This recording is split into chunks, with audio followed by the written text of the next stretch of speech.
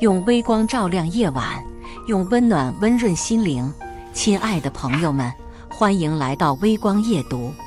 接下来开始我们本期故事，记得点击订阅并开启小铃铛。宋怀年愣住了，双眼中闪过一丝惊愕。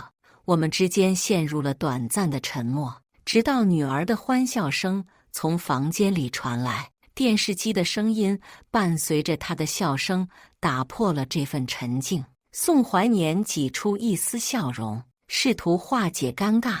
老婆，这个玩笑真的吓到我了，可不怎么好笑。我选择了沉默，没有说话。他站起身，随手整理起沙发上的书包和玩具，细心地将它们一一归位。他总是这样，对家务事十分上心，从不让家里显得凌乱。的确，他无可挑剔。我心想，他拿起一只粉红色的 Hello Kitty， 试图再次提起之前的话题。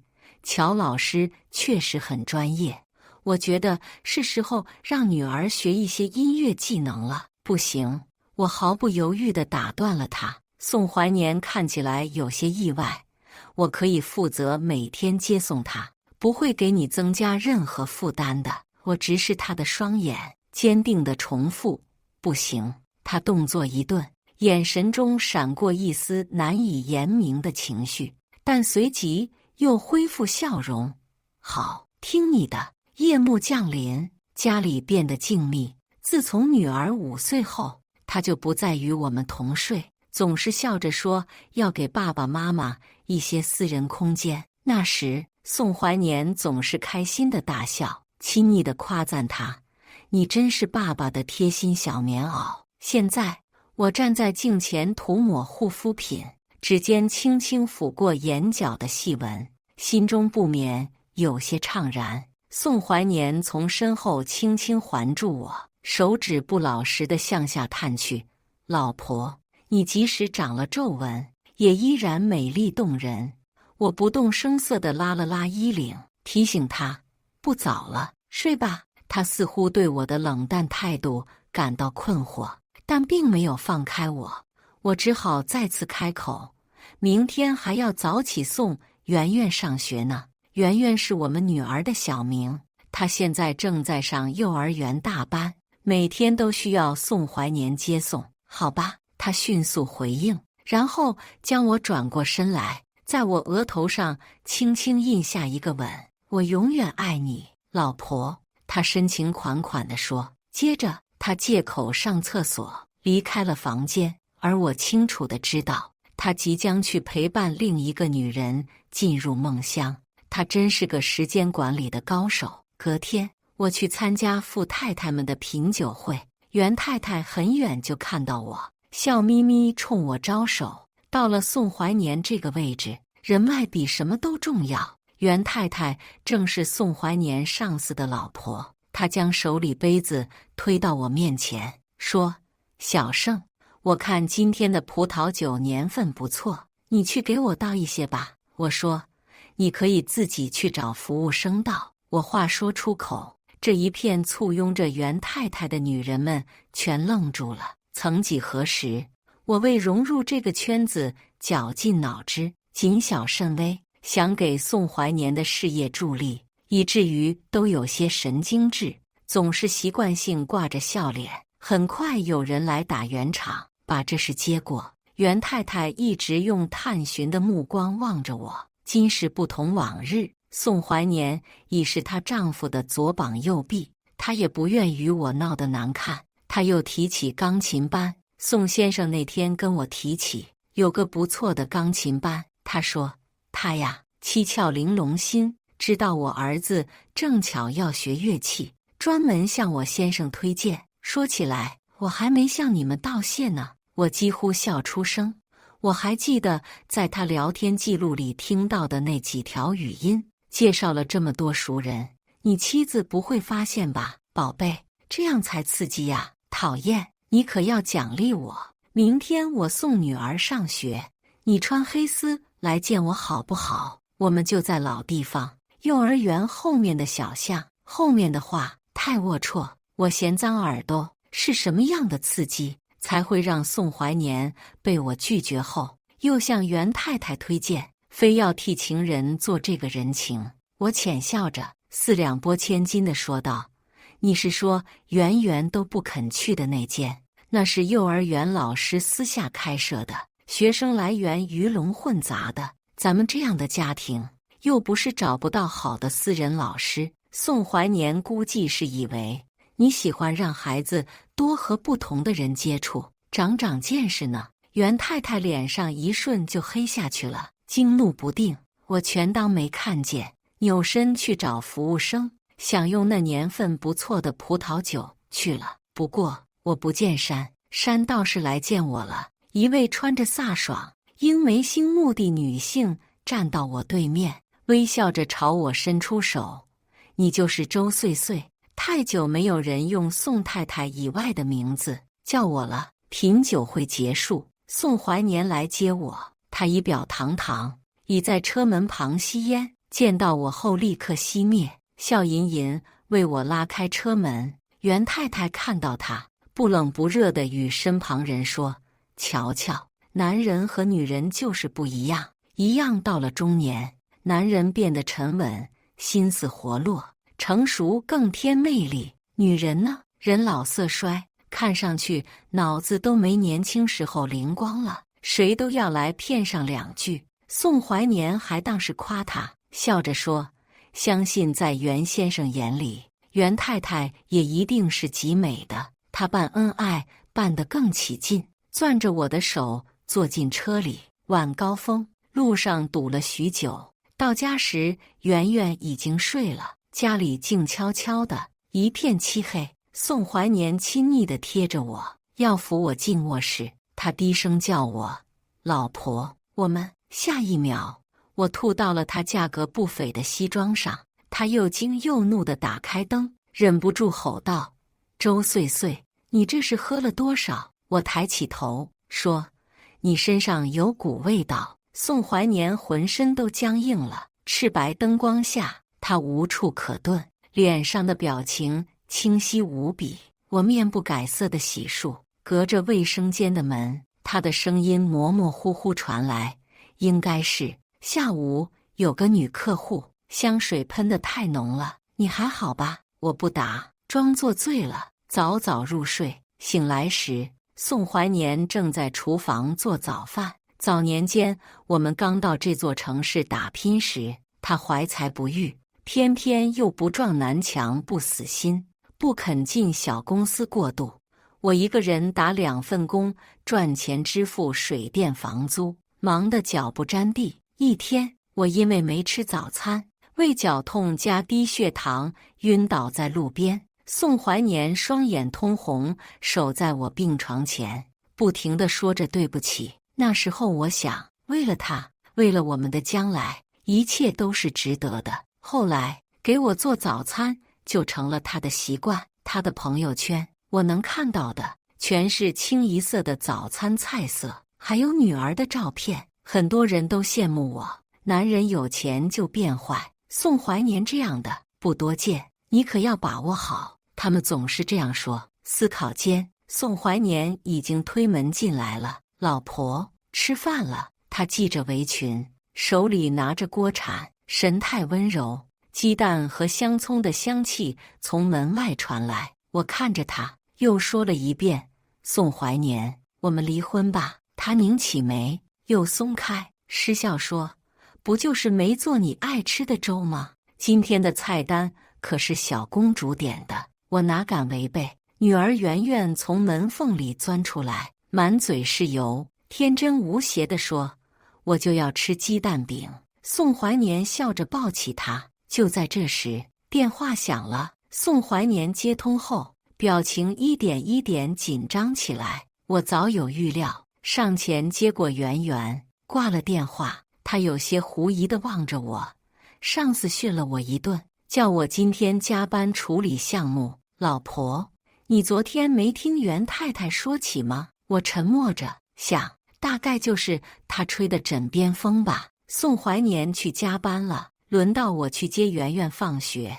我们一直希望圆圆能得到最好的教育，当初选幼儿园时也做了不少功课，学费价格不菲，能在这里读书的小孩露出一片白皙肌肤。他面对小孩时，身上散发着一股温柔气息，仿佛也和小孩一样纯真，很吸引人。他拿着糕点，问圆圆：“谁是你最喜欢的人呀？”圆圆响亮地说：“最喜欢老师，我想他应该就是乔伊可了，宋怀年的那位宝贝。”我看了一会儿，见乔伊可自己也吃了一口，心里清楚圆圆没有过敏史，也不娇贵，于是我只拍了照，然后提着包去找院长。院长认得我，满脸堆笑地迎我进办公室。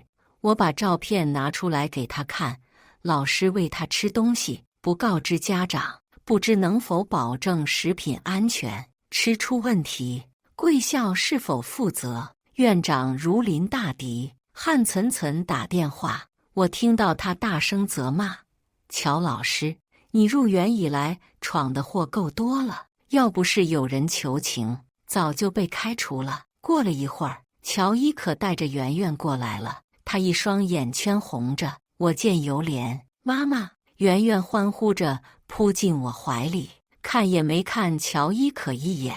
他低着头，看起来失魂落魄。院长在一旁恨铁不成钢，还不快向宋太太道歉？乔伊可看上去不情不愿，仍要争辩。宋太太，我之前问过宋先生的，圆圆没有过敏史。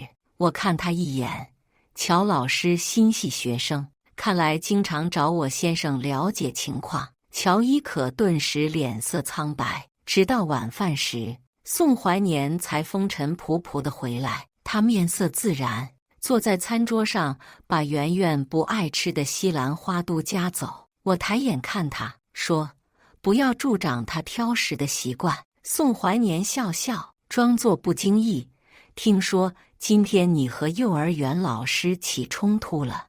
我轻笑一声：“你对冲突的定义也太低门槛了。”我充其量也只是向院长提了几点建议而已。顿了顿，我放下筷子，盯着他说：“你觉得我做得过分吗？”宋怀年挪开目光，立即说：“怎么会？”我笑得开怀，我知你最支持我。几天后，我在朋友圈里看到了蒋胜发的招聘信息，她是我在这个圈里认识的为数不多自主创业、不依附丈夫的女性。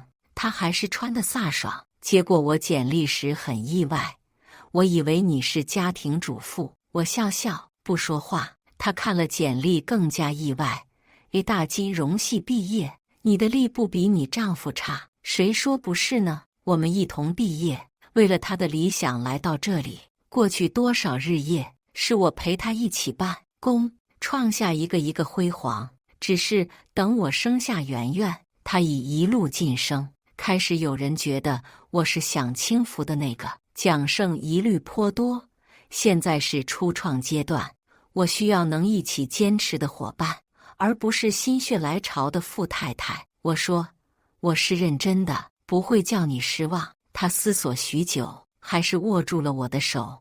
欢迎加入我们，重回职场。我有许多要适应的东西。宋怀年几乎打爆我电话，叫我去参加今晚他们公司的聚餐，说他最近似乎总被上司针对，要我去探探袁太太口风。我没回，电话也没接，结束充实的上班生活。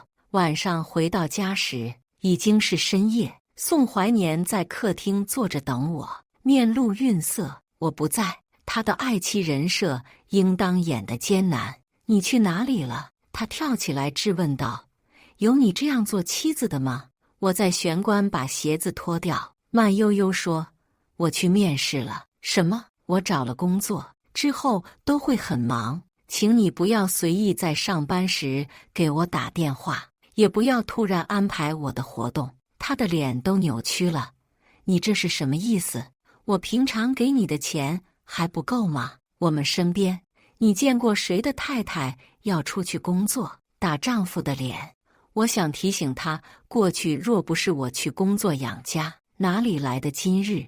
可想想又没开口。大抵他现在只有眼前，成功人士便像豢养一只宠物一样，妻女是他万间昂贵的手表，保养得好，要时时刻刻用作炫耀。他像是一只发怒的兽，来来回回在客厅里踱步，激烈地指责我从来都尊重你，主动承担家务，你为何还不知足？你现在根本不可能适应职场生活。退一万步来说，又该由谁照顾圆圆？我很平静，真诚发问：为何你只是接送圆圆上幼儿园，就会被所有人夸是好男人？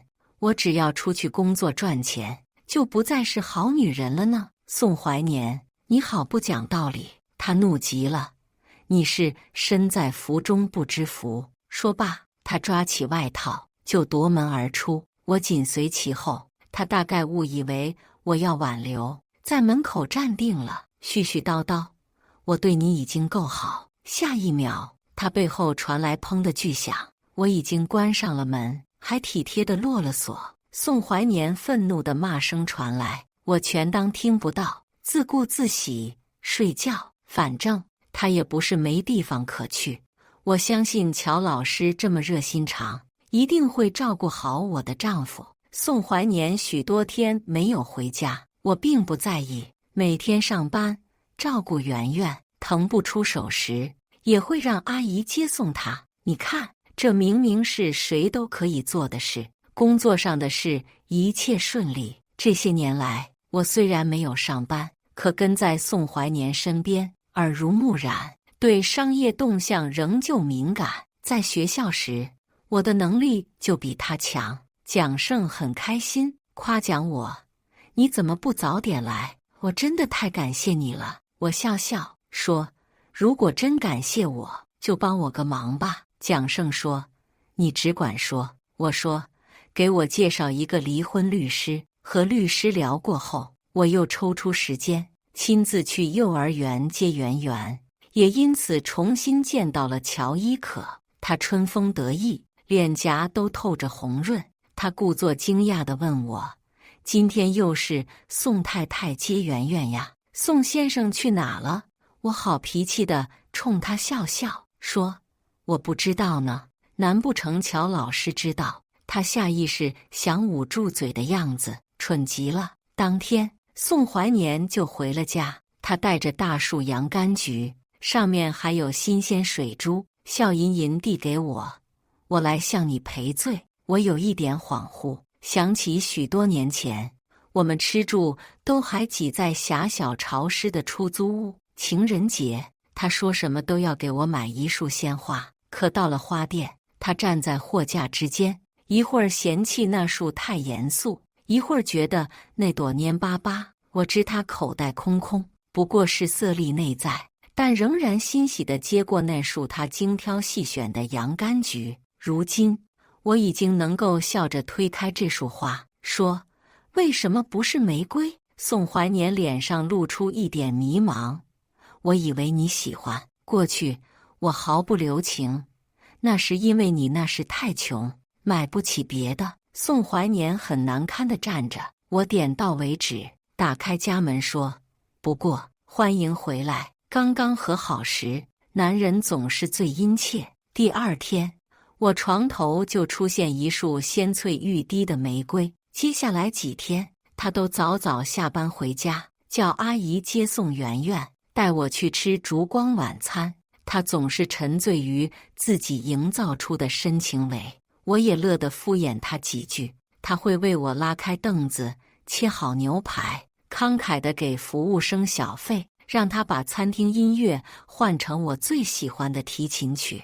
我们像一对光鲜亮丽的夫妻，直至他的手机响起，他面不改色地挂断，对方又打开，他再挂断。几个来回后，完美先生也维持不了表情。他说：抱歉，老婆，好像是工作上的急事。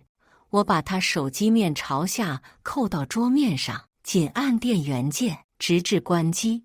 我脸上笑容如彩色泡沫。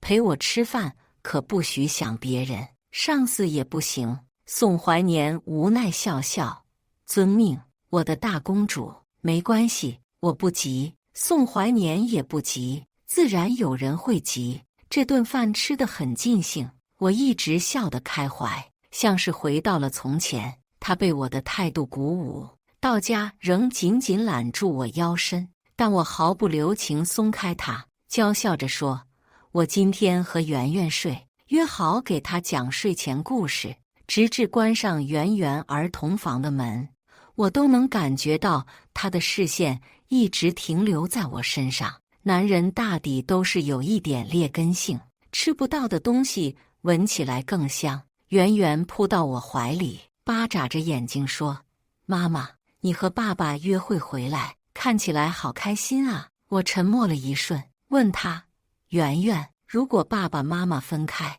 你想跟谁？”生圆圆的时候，我几乎从鬼门关里走了一遭。那时宋怀年刚刚晋升，英俊的容貌，出类拔萃的能力，大好未来，都为他更添魅力。而我身体不好，孕反严重，整个人浮肿又憔悴，他看上去总是很为难。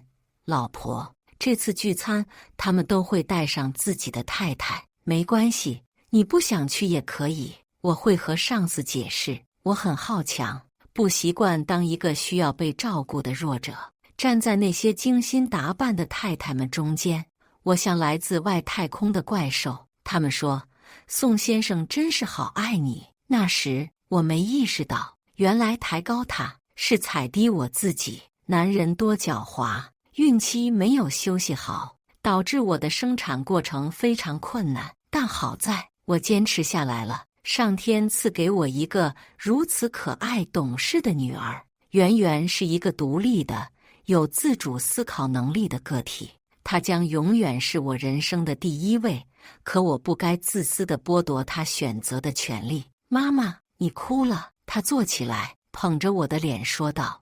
我慌乱地抹掉眼泪。她歪着头问：“你和爸爸在一起不开心吗？”我沉默了一会儿，才轻轻点头。那我会陪着妈妈的，反正爸爸有乔老师陪着，乔老师可喜欢找爸爸聊天了，圆圆都插不进去。我心口发苦，他们怎么敢当着圆圆的面？我摸摸她的头，轻声说：“圆圆，我们换个幼儿园好不好？你明天要记得和幼儿园的老师道别，乔老师对你这么好，你一定要和他说再见，好吗？”乔伊可比想象中更早联系我，我们约在一家咖啡厅见面，这里显然更适合像她那样的年轻小姑娘。ins 风，背景音乐是流行歌曲，来来往往的人很多，咖啡豆很普通，没有一点香气，我只嗅了一下就放下了杯子。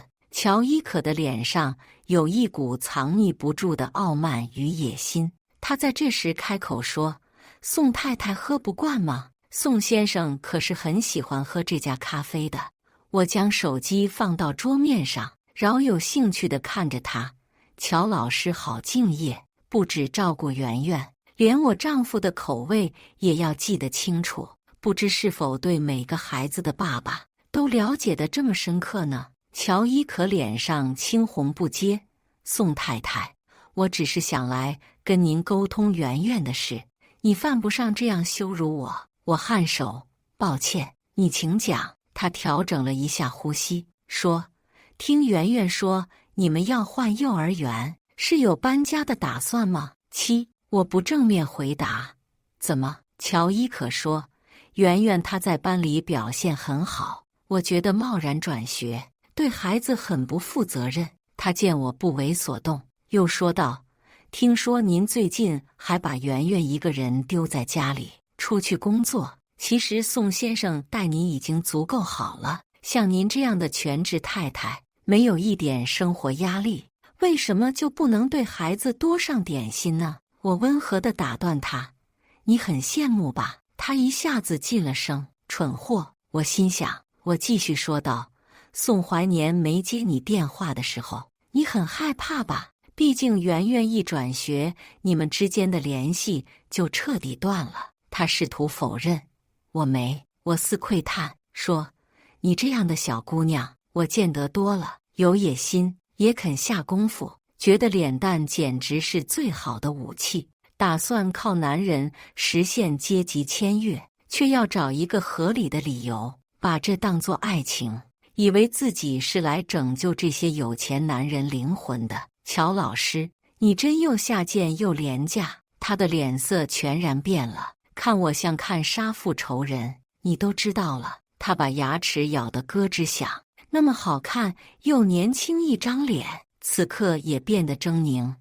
你什么都不懂，宋先生待我是不同的，他很珍视我。我来告诉你什么是珍视。我挽起袖子，慢条斯理取下万间的名牌表，放到桌上，然后是豪车钥匙、翡翠项链、钻戒、黑卡。最后我指了指我自己，我说他一个月要给我10万块当零花钱，随我挥霍。爱情都是虚的，只有愿意为你花钱才是实打实的。乔伊可，你是他不花1分钱就能睡的女人，你说谁更下贱？乔伊可被激怒了，一股脑推开桌上的东西，他冲我疯狂大笑。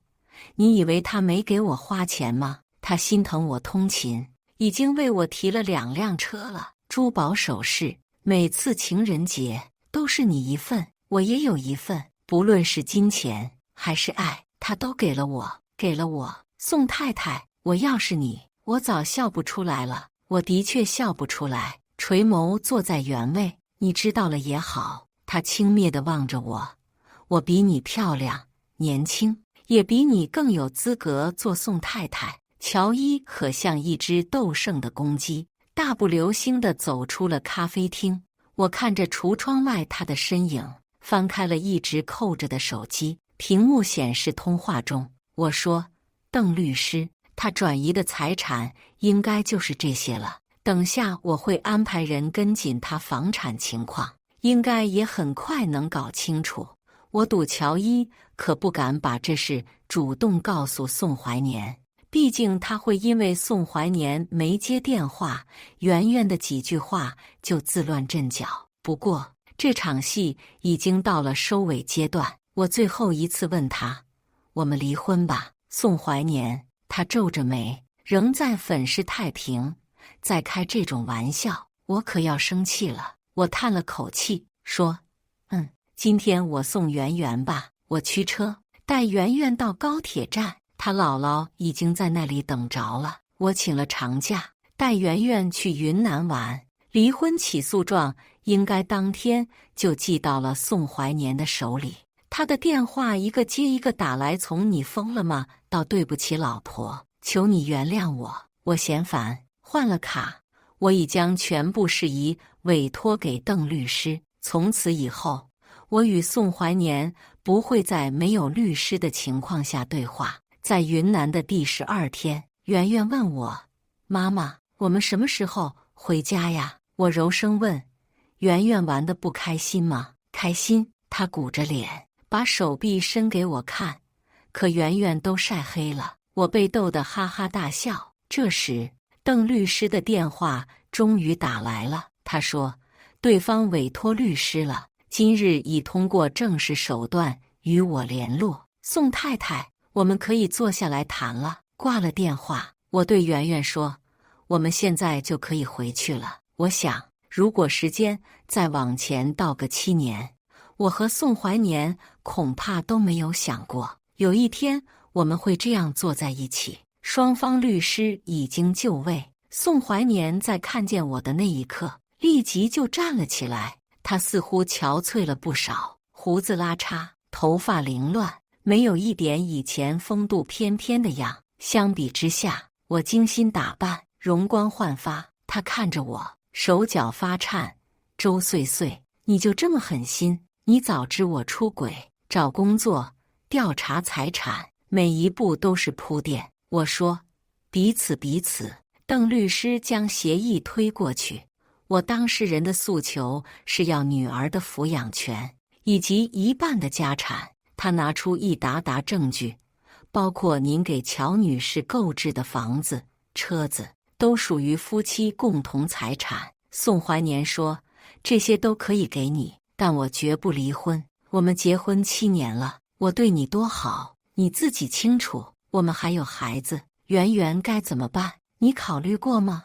我饶有兴趣地看着他。出轨时，你有想过圆圆吗？宋怀年脸上浮现痛苦神色。周岁岁，我们能不能私下谈谈？你敢做，不敢被别人知道吗？我一字一句问他，你怎么有脸提圆圆？当着女儿的面和幼儿园老师偷情，你觉得刺激吗？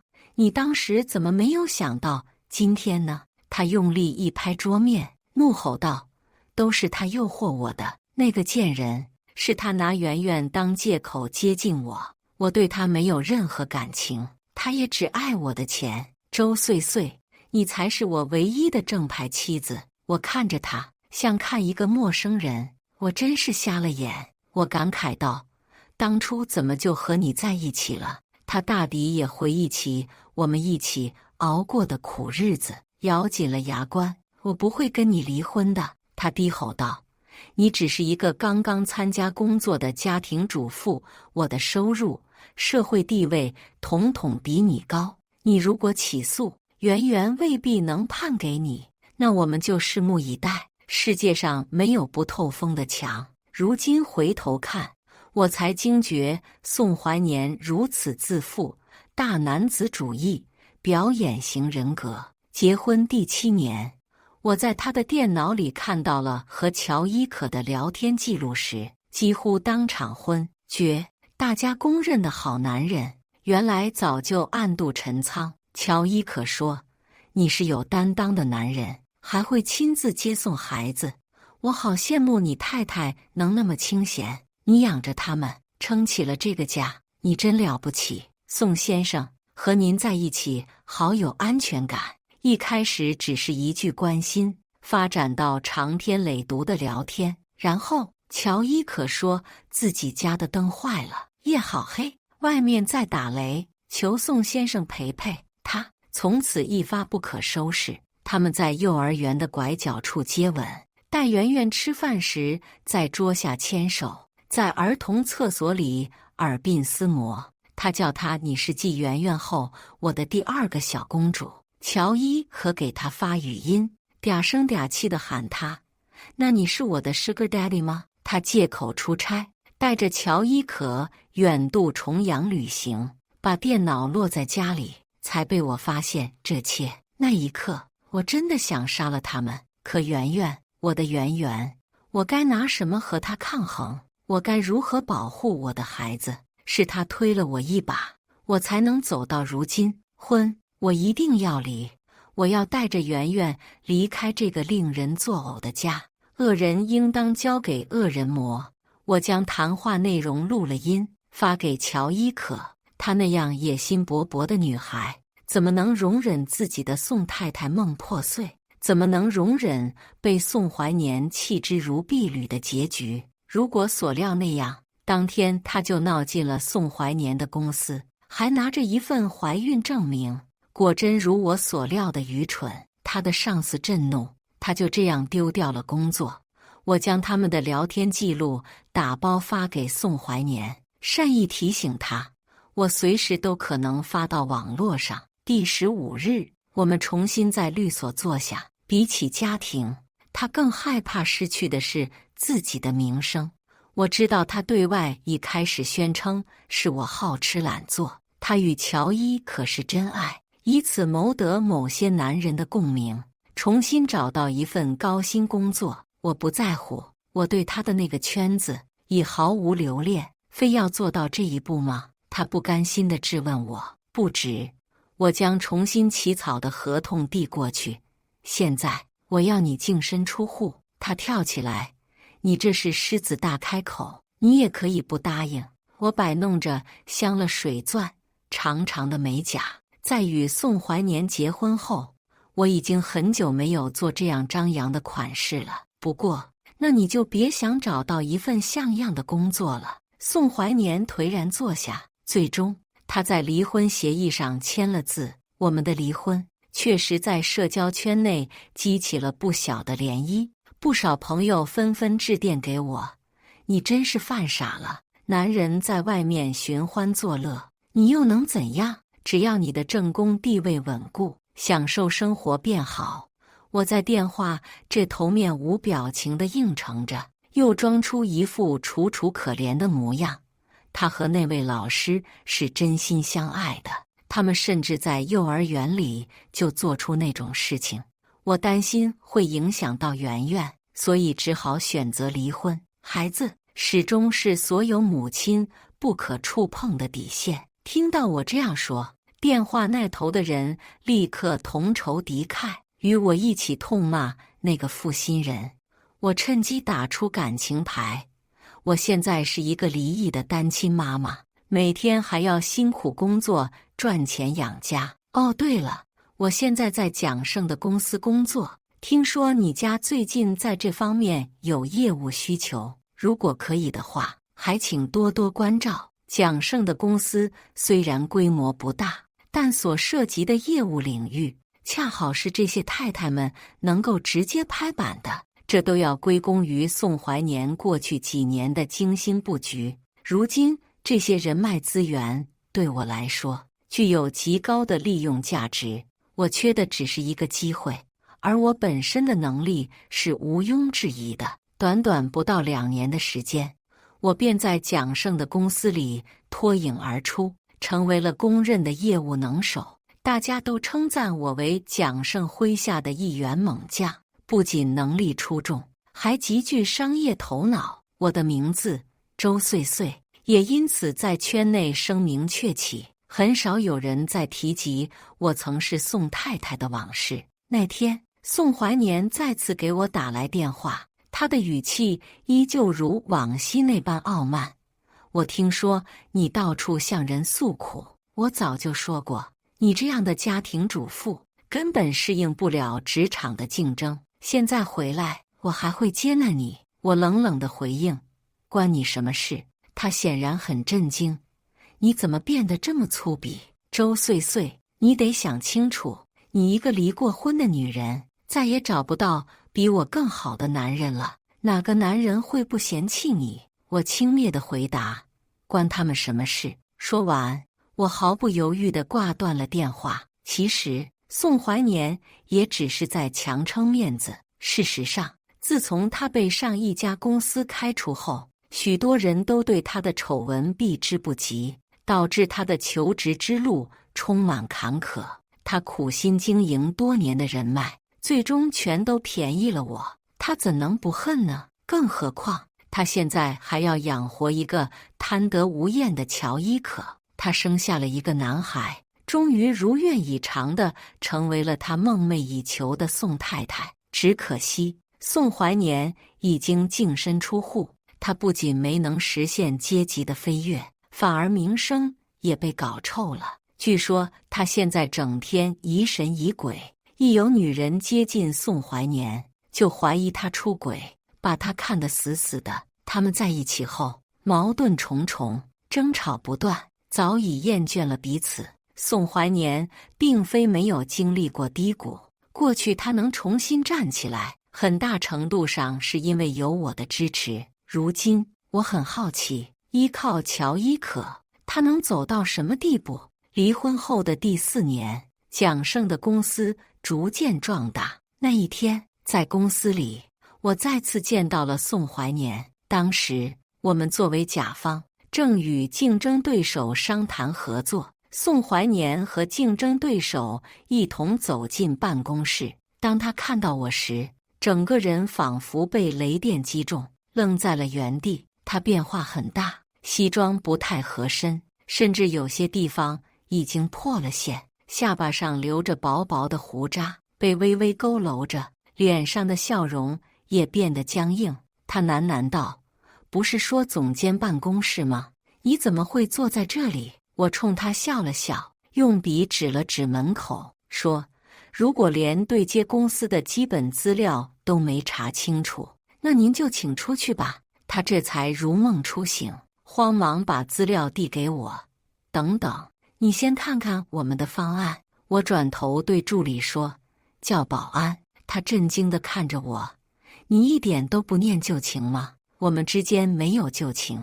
我说，我不再是你的太太，也不再是你炫耀的工具，我现在是你的甲方。现在，请你离开我的办公室。他失魂落魄地离开了，走之前频频回望，站在门边。他说：“周岁岁，我现在才知道你以前对我付出了多少，我欠你一句对不起。”我很大方地回答：“已经不需要了。”后来我听说，宋怀年回去后和乔伊可发生了激烈的争吵。当时他们正在开车，因为抢夺方向盘而发生了意外。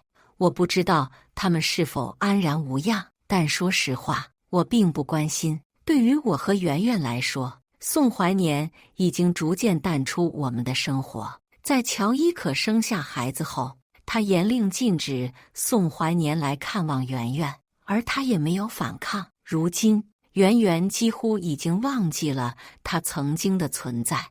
我们正在一点一点地遗忘过去，共同迈向新的未来。至于他的道歉，对我来说毫无意义，我不想听，也不需要他的忏悔。有些伤痕是深刻的，无法逆转。在人生的道路上，能真正支撑你站起来的，只有你自己。我们母女会坚强地走下去，迎接每一个新的日出。故事完，接下来是我们本期第2个故事，记得点击订阅并开启小铃铛。丈夫给儿子转学后，我才发现处处针对我和儿子的班主任，竟然是他养在外面的小三。他嚣张跋扈地想要上位，甚至拿儿子的疾病讥讽我。但是后来，他们都跪在地上，像狗一样求我。我有些疲惫地坐在病床上。今天早上，儿子突然发烧，我急忙请了假，将儿子送到了医院。儿子输液时，我看着手机上没有新的消息提示，不免有些失望。早上我就给乔峰红发去了消息，但是一直到现在也没见他询问儿子的情况。没等我心里多想，就看到手机置顶的群聊里有人艾特我，是乔峰红给儿子新转的学校，据说教育质量很好。我点进去，就看到儿子的新班主任艾特我问：“乔云若跑哪儿去了？”我眉头微微皱起，不太喜欢对方的语气，但是还是客气地回复：“老师好，乔云若今天突然发高烧，我一时慌乱，没能跟您及时请假。我现在想给他请1天假，麻烦您了。”我原以为这件事就这样过去了，没想到对方不依不饶，连个道歉都不会。你之前就是这么当家长的，对老师这么没有礼貌，老师欠你的。一瞬间，我的暴脾气就上来了。你什么意思？突发情况我也不能预测，我刚才已经很礼貌了，对方就好像抓住了我的把柄一样。怪不得听说乔云若在别的学校不受待见，现在看来我是知道原因了。我脑中的弦瞬间断开。小云在原本的学校经受校园暴力，所以一直很沉闷，导致朋友不多。这不是对方可以攻击我和小云的理由，更何况身为人师，怎么能说出这种话？我将徐琳琳说的话一一截图，然后手指敲击屏幕开始打字。我不会跟你说有的没的，我会向校长反映你的问题。只是我的话没有发出去，就提示我已经被踢出了群。怒气涌上我的脑门，我找到他的微信，想要添加好友，却看到我的申请列表里出现了一个学生家长。我同意之后，看到对方发来的图片，只感觉浑身的血液都凝固住一样。徐琳琳在家长群里一连发了好几句话：“家长们，你们别觉得我说话难听，我也是为了大家好。你们不知道，乔云若是个问题儿童，说有什么精神病，还有暴力倾向。这种人要是来了我们班级，那可不是小事。我也不想让他进来，但是谁让对方有钱有权呢？我一个小老师哪里能抵抗得住？我还听说他这个妈也不是好东西，插足别人的爱情，后来居上了，她老公都不爱她。我最看不惯的就是这种人。我不知道后面她还有没有在班级群说什么，但是我知道这个班级小云是绝对不能回去的。这些话不仅仅是在我的身上，小云的身上泼了脏水，更是在暗示同学孤立霸凌小云。如果不是我确定自己和这个徐琳琳之前没有什么恩怨，我都会以为他是故意的。看着小云熟睡的脸庞，我一向不喜欢为难人，但是这次我不可能就这么放过他。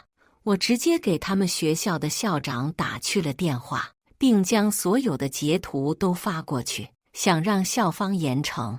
但是对方的态度极其模糊。这位家长，这里面就没有你的错吗？有什么事情不能提前说一声？你这不是故意给徐老师难堪吗？我们学校是不会无缘无故给老师处分的。这位家长，请你不要再无理取闹了。对方厚颜无耻的话让我难以置信，我还想在据理力争，但是对方已经将手机挂断。我深吸一口气，行，这个学校小云不上了总可以了吧？只是下一秒，我的手机突然响起，我拿起一看，是乔峰红的。我原以为他是终于看到了消息来关心关心儿子病情的，可是到底是我天真了。我听徐老师说你找他的麻烦了。对面的声音有些疲惫，但是声音中满是责骂。你能不能不要没事找事？是不是就因为对方比你年轻，你嫉妒了？你能不能不要为难一个小姑娘？你难道要所有人都跟你一样成为怨妇，你才满意吗？我愣在原地，一时间所有的话竟是全部噎在了我的喉咙处。乔峰红越说越起劲，似乎我是什么无恶不赦的混蛋。林荣玉，你到底还要怎么样？这是我花了大价钱才给小云找到的最好的班级，你能不能别再闹了？难道你还想让小云像之前那样被欺负吗？提到之前的事，我的脸色瞬间冷了下来，我丝毫不想多说，滚！然后我直接将电话挂断，没有给乔峰红一点余地。之前小云被校园霸凌，就是因为有人嫉妒小云的成绩，污蔑小云偷东西，结果乔峰红明知道不是小云，却转头就是一巴掌扇在了小云的脸上。后来找到真相之后，为了给自己找补，又说还不是因为这小孩在家里经常偷东西，也不愿意说话，我才会误会的。从那之后，小云越来越不爱说话。一开始我根本不知道是怎么回事，直到前几天，我终于有时间去给小云开了一次家长会，才知道了事情的原委。我顿时大怒，直接将乔峰红叫到了学校的办公室，想让他解释清楚，但是他不可能低下自己的头认错。我和他在学校里吵得不可开交，最后我一气之下给小云办理了退学手续。这几天我一直在考虑离婚。我以为乔峰红主动承担起小云的转学任务是为了表达歉意，但我没想到根本就不是。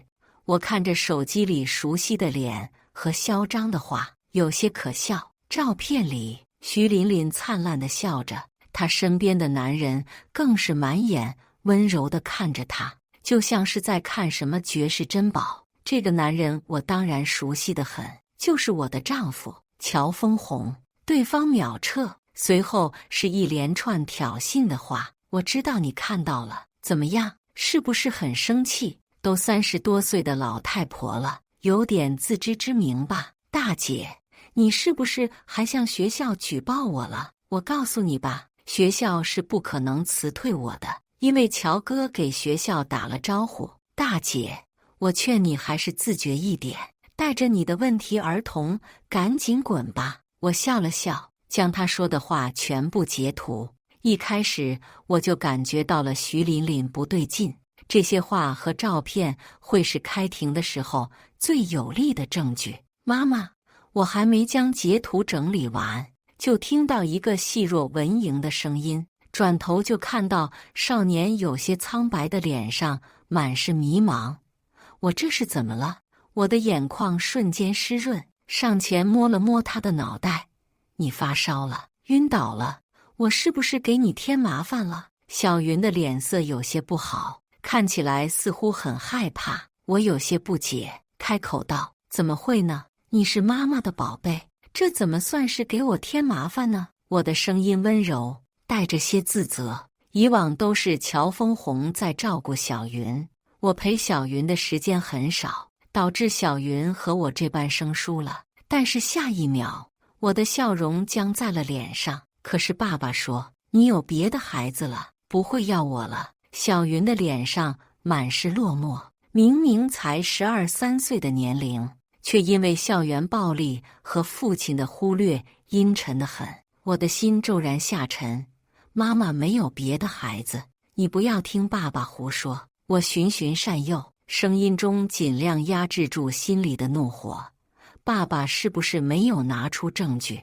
你是不是也没有见过妈妈有别的孩子呀？那为什么妈妈不陪我？是因为不喜欢我吗？怎么会？以前是妈妈错了。从今天开始，妈妈每天都会陪着小云。妈妈说话算话，哄了很久，小云才在药物的作用下重新睡着。但是我却翻来覆去，丝毫没有睡意。愤怒就像是一头野兽，要将我撕碎，逼迫我。乔峰红真是好样的，他真是好样的。既然如此，那就别怪我不客气了。我给小云请了长假，在徐琳琳走之前，我不可能将小云放到这么一个没有保障的地方。我回到家之后，乔峰红已经等在了家中，上来就是劈头盖脸的责骂：林荣玉，你到底有没有将小云放在心上？小云现在不去上学，难道过几天学校里的孩子都形成团体了，再让小云去遭受校园暴力吗？他的唾沫星子横飞，根本没有顾忌。我不知道他哪里来的勇气。我上前就是一巴掌，狠狠地扇在了乔峰红的脸上，直扇得他脚下一个趔趄，一下子跌坐在沙发上。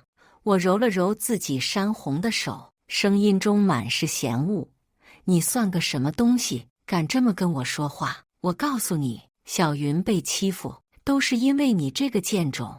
我将自己噎在心里的话都说了出来，就像机关炮一样，将乔峰红呛得一句话都说不出来。就你那个破面子，谁愿意要？我可去你妈的！我告诉你，乔峰红，你要是不给小云道歉，不去澄清，我要你好看。你是脑子有点坑，但我是正常人。让小云去徐琳琳的班级，我不同意。说着，我踩着高跟鞋就走，身后乔峰红的谩骂声渐渐从我的耳朵里飘远，最后再也听不到。明天他就要求着我，求着我让他净身出户，回家一趟。我有事跟你说。我看着手机里乔峰红给我发来的话，笑了起来。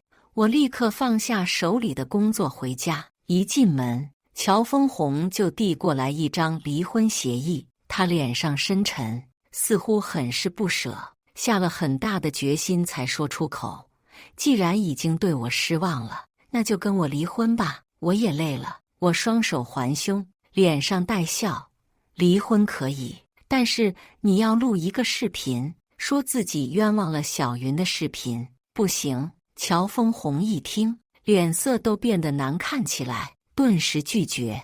我无所谓的摇摇头，既然如此，那我是不会离婚的。我转身就走，丝毫没有犹豫。对方直接抓住我的手，夫妻一场，非要闹得这么难看吗？他的眼中带着怒气。我直接甩开他的手，不答应就免谈。我还没走出2步，乔峰红咬牙切齿的声音就传来：好，我录。我立刻转身，脸上带笑，将手机放在茶几上，正对着乔峰红的脸。乔峰红脸色涨红，憋了半天也没有憋出一句话。快点呐，我有些烦了。最后，乔峰红站起身，鞠躬弯腰道歉，将事情的原委说了出来。这会儿他是不敢造谣了，不然我可不愿意离婚。我满意的将手机收起来，同时备份了好几份之后，转身就走。乔峰红却挡在我的面前，把离婚协议签了。我呵呵笑了2声，从兜里掏出2摞照片，狠狠地甩在了乔峰红的脸上。你真以为我不知道你干的这些事儿？乔峰红的脸上出现一丝惊恐，他的眼眸不断地瞟着散落在地上的照片，甚至连脸上的伤口都没有注意到。但是很快他又冷静下来，正要开口说话，一个人影突然从我的卧室里窜出来，正是徐琳琳。徐琳琳的心疼地捧着乔峰红的脸，眼中满是红晕。你干嘛？你这个疯子，你有病吧？徐琳琳将乔峰红挡在身后，一副母鸡护崽的样子。咔嚓，我不慌不忙地拿起手机，又是一张。哎呦，又多了一张证据。乔峰红脸色一变，直接将徐琳琳推开。徐琳琳就好像没有骨头一样，一下子就倒在地上，眼眶中的泪水欲掉不掉，瞧着还真有点我见犹怜。这不，乔峰红瞬间就心疼了，但还是狠心没有看他，而是对着我说：“你也看到了，我知道按照你的性子不能容忍，这样的话，还不如直接签字，我们离婚。”我冷笑2声：“乔峰红，你真以为我是傻子？你以为我不知道你是为了升职？我知道你们公司要选调一个人去南城当副总监，要求单身没有家室，能全身心投入工作。你觉得你这么对我，我会让你好过，让你带着小三逍遥自在？”乔峰红的脸色一变，没想到我竟然知道这件事。你为什么非要缠着乔哥？你难道看不出来吗？乔哥根本就不爱你了。徐琳琳根本没看到乔峰红的脸色臭成什么样子了，还在狗叫。我抬手又是一巴掌扇了上去，这次徐琳琳的脸上对称了。我满意的看了看自己的作品，又看了看乔峰红，看来这个婚你是离不成了。乔峰红面色阴沉，死死地盯着我，最后还是咬牙切齿道：“你想要什么？”我微微抿唇，笑了笑：“我要你净身出户。”不可能。他的脸色难看的就像是吃了屎一样，但我知道他还是会像刚才那样乖乖地按照我说的做，因为南城的副总监可是油水最足的位置。现在我和乔峰红明面上的夫妻财产还抵不过那个位置1年的油水。至于为什么我知道的这么清楚，当然是因为那个位置在我的掌控之中啊。果不其然，没过多久，乔峰红就掉进了我的圈套，签下了净身出户的协议。他垂着头，似乎很是不安。小玉，我知道我对不起你，但是我将房子车子都交给你了，以后我们2个就算是互不相欠吧。我点头，顺着他的话说：“以后谁再找谁，谁就是乌龟王八蛋。”说完，我一屁股坐在了沙发上，看着站在原地似乎没有离开意思的2人。滚呐！这里现在是我的家，跟你们可是一点关系都没有。徐琳琳脸色难看，还想朝我狗叫，最后被乔峰红拉住，要不然我会将手里拿到的这些丑照全都公布出去。这样的话，乔峰红的升职不知道还会不会到他的手上。我惬意地伸了一个懒腰，起身开车去了小云的病房。小云的房间被我布置成她喜欢的蓝色，整个人也许是因为我最近的陪伴，开朗了很多。她低着头问我：“妈妈，我什么时候才能回学校啊？”我笑着摸了摸她的脑袋：“以后就跟着妈妈生活，好不好？”说实话，我的心里是有些忐忑的，毕竟以前都是乔峰红在照顾小云，没想到小云竟是直接点头答应。我喜出望外，从兜里掏出自己新买的小玩具给小云，我希望尽自己所能来补偿小云。我的手机铃声响起，拿起看了看，是公司的助理。怎么了？我的声音中带着一丝不满，有些烦躁。对方打扰到我和小云的独处时间。副总，我看到您丈夫也竞选了南城副总经理的职位，您看。对方的声音有些犹豫，毕竟我之前也是给了乔峰红一些便利之处，若不然他也不可能这么快就爬上来。以前我顾及他的自尊，只是偶尔跟他提起过我的身份，但他根本不信，还讽刺我说，若是我真的是副总，哪里会嫁给他。我耸耸肩，好吧，确实对自己有自知之明。我的思绪抽回，按照正常程序来就行。还有，我跟他已经离婚了，以前给他的便利都不会再有了。对方愣了一瞬才回过神。好的，以前我是公司有名的工作狂，但是在遇到乔峰红之后，就开始恋爱脑，非他不可。虽然没有耽误工作，但是也让自己的职位止步不前。直到前几天，我才知道乔峰红对小云的做法，我就像是醍醐灌顶一样，瞬间清醒。我庆幸自己清醒的还不算晚，快刀斩乱麻，直接将乔峰红这个祸害按死。我在公司暗暗散播乔峰红的升职稳了，就像我之前散播上头有意挑选一个单身没有羁绊的人当副总经理一样。显然这套对于乔峰红来说很是受用，就连徐琳琳都来找我炫耀。后悔了吧，黄脸婆？我告诉你，现在乔哥是我的了，我不仅有乔哥给我安排的工作，还不用看人脸色，比你强多了。是不是现在嫉妒我嫉妒的要发疯？你那个问题儿童也没来上学，是不是又发病了？真可怜啊！瞧着这迫不及待的样子，我不禁好笑，暗戳戳地提醒他：得意什么？乔峰红会出轨你，就不会出轨别人了。你还没跟他领证吧？啧，不会是乔峰红又有了新欢吧？有时间在这里跟我耍横，不如多想想办法牵住乔峰红。话才刚刚发出去，对方就像是应激了一样，开始辱骂，像个疯子。但我就喜欢看他这样。我打了一个哈欠，将脸上的面膜拿下来，然后美美睡了一觉。明天可是我闪亮登场的日子，公司大会上所有人都聚在一起，因为今天就是南城副总经理人选揭露的日子。乔峰红满面春光，身上的西装一丝不苟，就连皮鞋都擦得锃亮。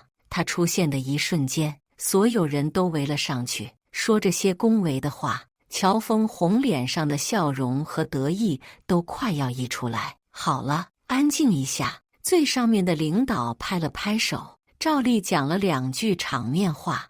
我知道你们都很期待南城副总经理的职位是谁的，那我也不多说别的了。这个人就是乔峰红。站起身，准备接受大家的祝福和恭维，但是没有想象中的声音，反而感受到各种异样的眼光。乔峰红皱起眉头，看向周围人的眼里有不解，有责怪。这时，领导有些尴尬地开口：乔峰红，你干什么？快坐下。为什么？我不就是接任南城副总经理的人吗？乔峰红脸色难看，感受到同事的目光，如芒在背。你胡说什么？陆风铃才是。领导被人当面质疑，脸上也有些挂不住。他开口，声音中多少有些厉色：快给我坐下。陆风铃此时站起身，大度地摆摆手。我能理解乔峰红的心情，毕竟不管谁接受了这么久的恭维，却发现不是自己，都有点接受不了。陆风铃笑得就像是一个杀人不眨眼的狐狸，他是乔峰红的死对头，在此之前也以为乔峰红就这么跟自己拉开距离了。明明每次都是他第一的，他也曾不甘过，但是最后发现他努力的方向是没有错的。陆风铃一脸得意，偏偏还要假装谦虚。他一把将手搭在乔峰红的肩膀上，乔峰红啊，你也不要怪领导，怪高层，毕竟我的业绩可是比你要高出不少呢。滚，你给我滚！乔峰红的脸涨得通红，根本就不相信，他就像是一头失去理智的野猪，四处乱撞。我不信，明明就是我，明明就应该是我，所有人都知道是我。乔峰红此时完全沉浸在愤怒当中，无法自拔。领导脸色难看，他深吸了一口气，还是耐着性子说：“谁说就是你了？你有什么证据？”乔峰红指着一边的同事大声开口，他们都知道，但是那些同事纷纷移开眼睛，没有人愿意看他。乔峰红还有什么不理解的？黑幕，黑幕！啪！领导一巴掌扇在乔峰红的脸上，怒吼：“今天有领导视察，你要是再整这些幺蛾子，你就给我滚！”我从监控中看着这一幕，知道自己该上场了。哟，这么热闹呢！我还没出现在众人的眼中，声音就传了出来。一身黑色西装让我优越的身材展现出来，高贵又优雅。我笑眯眯地瞧着脸上满是震惊的乔峰红，又看了看眼中充满欣赏赞叹之色的陆风铃，笑着开口：“这就是我们的新任副总经理吧？恭喜恭喜！”我伸出手和陆风铃的手握在了一起，陆风铃眼睛都亮了起来：“您就是我们公司的副总吧？久仰久仰。”我微微一笑，没有否认。乔峰红的眼睛死死地粘在我的身上，突然他眸子转动几下，笑着走到我身边：“老婆，你怎么来了？”众人眼中皆是震惊，就连陆风铃看我的眼神都像是在质问我：“你看上的是他？”我轻咳一声：“乔先生，我们已经离婚了，并且说了，谁找谁，谁就是乌龟王八蛋。”乔峰红满脸尴尬，还没说话，陆风铃就开口：“哎呦呦，今天有人要当乌龟王八蛋了哟！”我脸上的笑意放大，这陆风铃还真是有意思。乔峰红见我脸上的笑意，顿时忍不住，他上前一把拽住我的手腕：“别闹了，老婆，小云一定想我了吧？”我冷笑，还想用小云威胁我。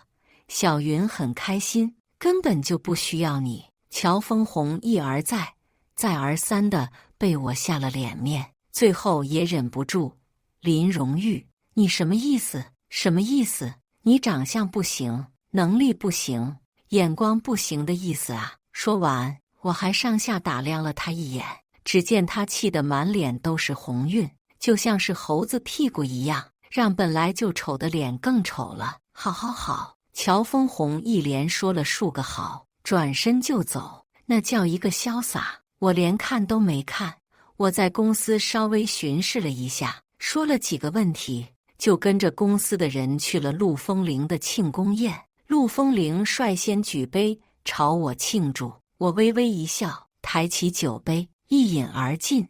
我的手机铃声响起，看了一眼，是徐琳琳给我发来的和乔峰红领了结婚证的照片。照片里的乔峰红脸上阴沉，徐琳琳笑颜如花。看来徐琳琳还不知道乔峰红在公司发生的事情，但这正合我意。眼看着时间也算晚了，我起身告辞。不料身为主人公的陆风铃顺势起身：“一个人不安全，我送你。”陆风铃比乔峰红年轻一些，如今也才30出头，脸上依旧是干干爽爽。早些年的时候，我就听说过他，工作狂魔，不留情面。他们都说他是没有遇见乔峰红时候的我的性转版，今天见了一次，确实对我的胃口，所以我并没有拒绝陆风铃的相送。走在路上，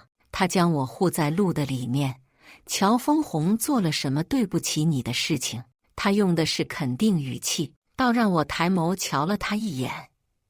他出轨了。陆风铃啧啧两声，正要感叹两句，就看到旁边的路灯下窜出来一个人。我总算是知道你为什么突然想离婚了，原来是和他混在一起了。你这个不要脸的荡妇！乔峰红脸上满是愤怒，脸色涨红，就像是被恶魔控制了身体。他指着我的鼻子大骂：贱人，是不是早就和这个畜生搞在了一起？我告诉你，我不会让你好过的，我不会让你和乔云若好过的。我眼中闪过一丝厉色，明知道小云就是我的底线，还敢这么挑衅。看来乔峰红是彻底失去了理智。我还没有说话，陆风铃就上前一步，将我护在身后。首先，我和他目前只是同事关系，其次是你出轨了。陆风铃的脸上满是厌恶，他转头拉着我：我们走。畜生，畜生，这里没有你说话的份。乔峰红的额头青筋暴起，嘴唇一张一合，恨不得用唾沫星子将陆风铃淹死。我被他弄得有些烦躁，拿出手机，将他之前录的视频和他出轨的证据放在他的面前。你再纠缠，我就将这些东西全部公布出去。贱人，贱人！乔峰红的眼中满是猩红，根本就不像是一个脑子还清醒的正常人。我心里隐隐不安。果不其然，下一秒，乔峰红骤然从自己的身后掏出一把刀，寒光凛冽。我惊呼一声，下意识将陆风铃一拉，但是没有扯动陆风铃。快躲开呀！我急得叫起来。现在我根本来不及挡在陆风铃面前，乔峰红手上的刀急速地冲向陆风铃，我甚至都能看到那把刀的残影。下一秒，陆风铃直接出手将乔峰红的手掐住，乔峰红手里的刀被陆风铃一拧，就掉在了地上，发出咣当一声响。我要杀了你！我要杀了你们！我要杀了你们这对奸夫淫妇！乔峰红还在嘶吼，眼中满是迷离。这情况一看，我就知道他是嗑药了。我反应迅速，直接拿出手机报警。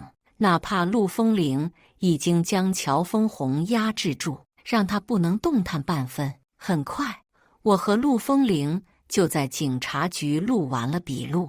陆风铃也开始着手准备起诉乔峰红故意杀人未遂。等我们收拾完，已经天亮了。我让陆风铃先回去，自己还有话对乔峰红说。乔峰红此时已经差不多清醒，昨天发生的事情还印在他的脑子里。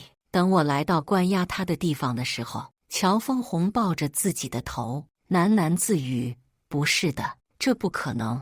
他一抬头看到了我，就像是死狗一样抓住了门把手。老婆，现在能救我的只有你了，求求你放过我吧。我微微笑了笑，你跪下给我磕几个头，我就原谅你。说着，我从包里拿出手机，正对着乔峰红。乔峰红脸色难看，看我的眼神像是在看杀父仇人一样，但那恨意的眼神一闪而过，又充满了假惺惺的感激涕零。好好好，我跪我跪！乔峰红作势跪下，都是我不好，是我不该出轨，是我不应该拿刀杀人，我是因为太爱你了。他痛哭着将自己所有的罪行都批判了一遍，最后眼神满是希望地看着我。我撩了撩头发，笑得很是恶劣。我原谅你了，但是法律不会哦。说完，我潇洒地走了，独留下乔峰红一个人无能地咆哮。很快，乔峰红被判处7年有期徒刑。我舒舒服服地躺在家里陪小云玩。但是我着实是没有想到，徐琳琳竟然还能搞出幺蛾子来。我在网上出名了，因为我成了一个小三，一个插足别人爱情、强取豪夺之后，还因为自己玩腻了丈夫，所以就将丈夫送进了监狱的贱人。说实话，第一眼看到这个热搜的时候，我就感到好笑。我是多有权势啊，还能改变法律，将无罪的人硬生生送进去。徐琳琳给我打来电话，语气里满是嚣张。和她直播的时候，可怜兮兮地讲述着自己和乔峰红的爱情故事，朝我身上泼脏水的样子截然不同。你以为这样就能让我后悔？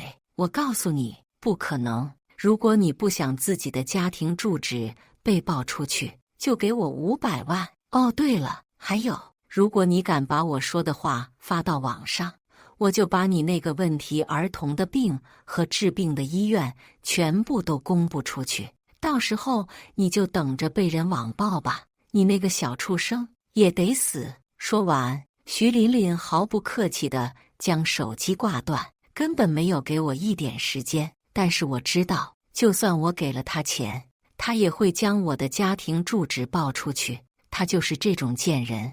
我首先去了我的另一套房子，将小云接到了家里，不让她知道那些流言蜚语。小云的直觉很准，她拉着我的手贴在我的脸上，细声安慰我。我笑了笑，摸了摸她的脑袋，让她放宽心，等这次风波结束，小云就可以去上学了。我瞧着小云眼底渐渐出现的光，心里的暖意就像是溪水一样流淌。原本我还想等事情再发酵一些的，但既然对方这么威胁了，那我也只好让他先一步进入到地狱。我直接将乔峰红的视频和照片全部发到了网络上。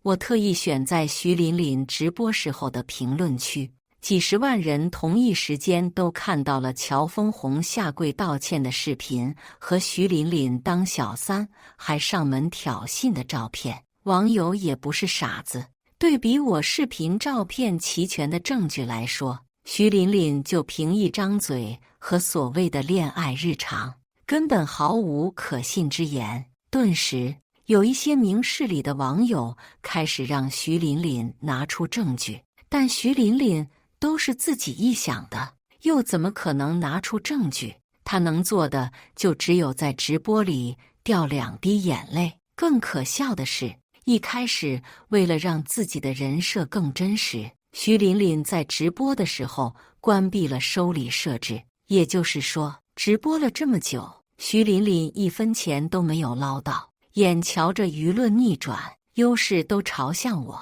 徐琳琳急了，她买了一大波水军，恶意攻击那些明事理的网友。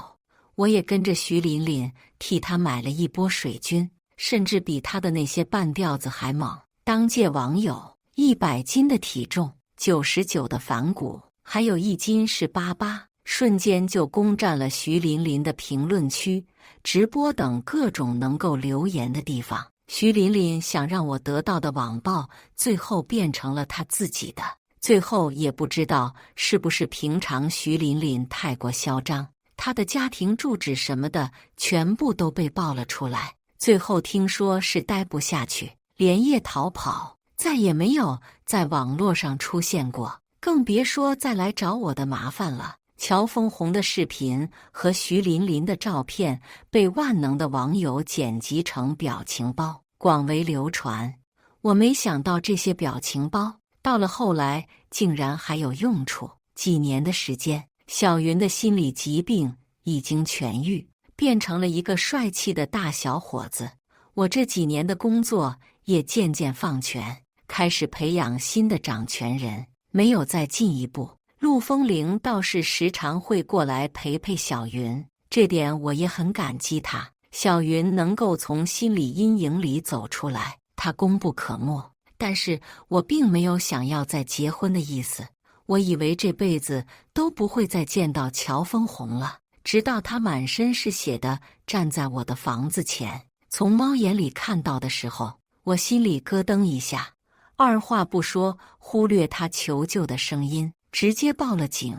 这些年我都快忘记他了，没想到他还能找上门。我给陆风铃打了电话，谎称自己打算带小云出去玩一下，过母子二人世界，让他不要来了。若是不这样说，陆风铃肯定要来看看的。要是正好遇见了神志不清的乔峰红，还不知道会发生什么事情呢。很快，警察就来了，随后来的是陆风铃。来的路上，他看到楼下满是警察，稍微打听了一下，原来乔峰红出狱之后，费尽千辛万苦才找到徐琳琳，没想到上网之后知道了当年的事情，还知道了自己的表情包被广为流传，怪不得从出狱的时候就有那么多人看他的眼神不对。一时间，乔峰红没有控制住脾气，直接和徐琳琳扭打起来，失手将徐琳琳杀了。徐琳琳一直都在周边的老旧房子里觊觎我的人生，这不乔峰红就找来了。最后，乔峰红被判处无期徒刑，一辈子都在牢狱里度过。感谢大家的观看，本期影片大家觉得是第一个故事精彩，还是第二个故事精彩呢？欢迎大家在下方评论区讨论。如果你喜欢这类故事，记得点击订阅微光夜读，并分享给更多的人，这会对我帮助很大。再次感谢大家的观看。